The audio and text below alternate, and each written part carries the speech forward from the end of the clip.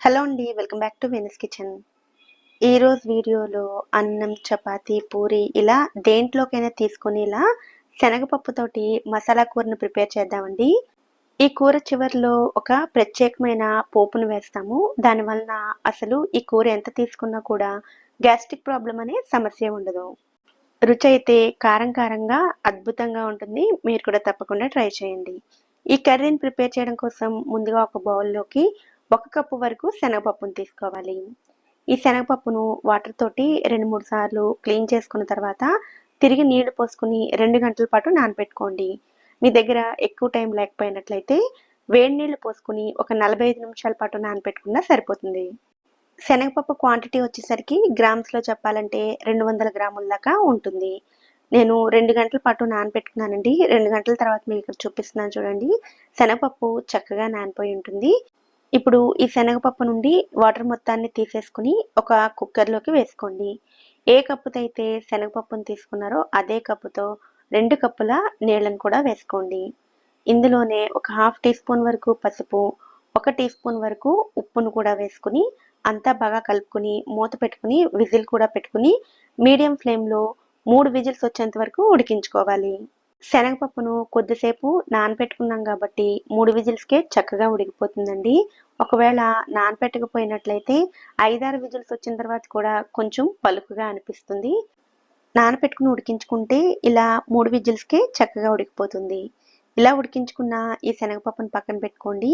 ఇప్పుడు స్టవ్ మీద కడాయిని పెట్టుకుని అందులోకి 1 టేబుల్ స్పూన్ ఆయిల్ వేసుకోవాలి. ఆయిల్ వేడైన తర్వాత ఇందులోకి మసాలా దినుసులు వేసుకోవాలి. హాఫ్ టీ స్పూన్ వరకు మిరియాలు, 4-5 లవంగాలు, 2 ఇంచుల దాల్చిన చెక్క, 2 బిర్యానీ ఆకులు, పావు టీ స్పూన్ వరకు జీలకర్రను కూడా వేసుకుని వీటన్నిటిని లైట్గా ఫ్రై చేసుకోండి. ఇవి కొద్దిగా ఫ్రై అయిన తర్వాత ఇందులోకి 1 టేబుల్ స్పూన్ అల్లం ముక్కలు, 1 టేబుల్ స్పూన్ వెల్లుల్లి తరుగు, 3 పచ్చిమిర్చిని ఇలా సన్నగా తరిగి వేసుకోండి. అల్లం వెల్లుల్లి పేస్ట్ని వేసుకోవచ్చు కానీ ఈ కూర వరకు ఇలా అల్లం ముక్కలు, వెల్లుల్లి ముక్కలు వేసుకోవడం వల్ల కూర రుచి చాలా బాగుంటుంది.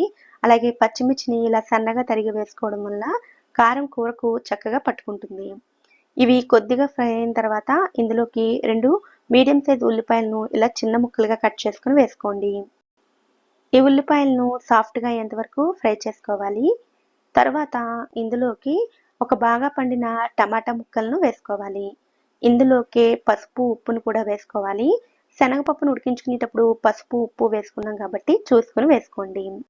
తర్వాత హాఫ్ టీ స్పూన్ వరకు కారం, 1 టీ స్పూన్ ధనియాల పొడి, పావు టీ స్పూన్ జీలకర్ర పొడి, హాఫ్ టీ స్పూన్ వరకు గరం మసాలాను కూడా వేసుకుని వీటన్నిటిని బాగా కలుపుకొని టమాటాలు సాఫ్ట్గా అయ్యేంత వరకు ఫ్రై చేసుకోండి.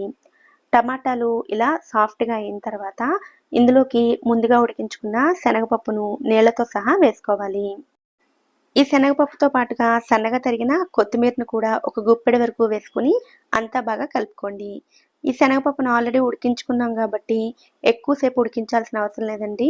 మనం వేసుకున్న మసాలాలు పట్టడం కోసం మూత పెట్టుకుని 3 లేదా 4 నిమిషాలు ఉడికించుకుంటే సరిపోతుంది.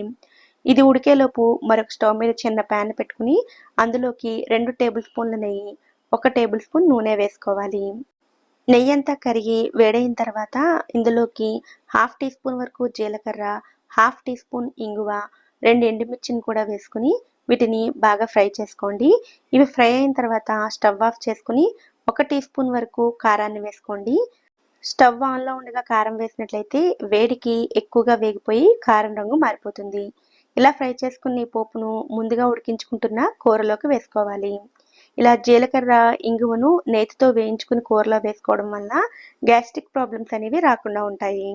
పోపు వేసుకున్న తర్వాత 2 నిమిషాల పాటు ఉడికించుకోండి. తర్వాత ఇందులోకి సన్నగా తరిగిన కొత్తిమీరను వేసుకుని ఒకసారి కలుపుకుని స్టవ్ ఆఫ్ చేసుకున్నట్లయితే శనగపప్పు మసాలా కర్రీ రెడీ అయిపోతుంది. కూరను ఈ చిక్కదనంలో ఉండగా స్టవ్ ఆఫ్ చేసుకున్నట్లయితే చల్లారేసరికి మరీ గట్టిగా అయిపోకుండా కరెక్ట్ కన్సిస్టెన్సీలోకి వస్తుంది. రైస్, రోటీ, చపాతీ, పూరి, బిర్యానీ దేంట్లోకైనా సరే ఈ కూర చాలా చాలా రుచిగా ఉంటుంది. మరి ఈ శనగపప్పు కూరను మీరు కూడా తప్పకుండా ఒకసారి ట్రై చేయండి. ఈ వీడియో కనుక మీకు నచ్చినట్లయితే వీడియోని లైక్ చేసి ఛానల్ని కూడా సబ్స్క్రైబ్ చేసుకోండి. నోటిఫికేషన్స్ మిస్ అవ్వకుండా ఉండడం కోసం పక్కనే ఉండే బెల్ ఐకాన్ని కూడా యాక్టివేట్ చేసుకోండి. Thanks for watching.